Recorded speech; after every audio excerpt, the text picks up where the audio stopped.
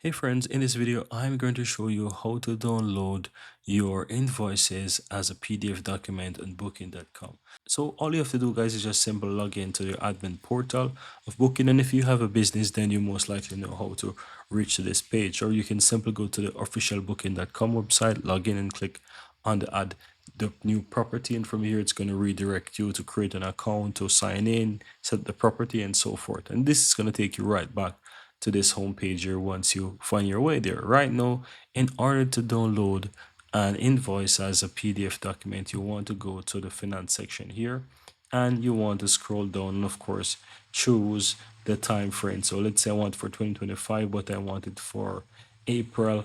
And once I choose April, then I want to download that as a PDF. I can click on the drop down here and choose all PDFs. Once you select that PDF is selected, you can click away and now you can generate that report. And once you generate that report, you're able now to quickly download that afterwards. So as you can see, it's generated. This is a PDF, and to download it, you just need to click on that and it's going to quickly download for you. As you can see, download on the upper right. So I would need to just quickly click on the folder, for example.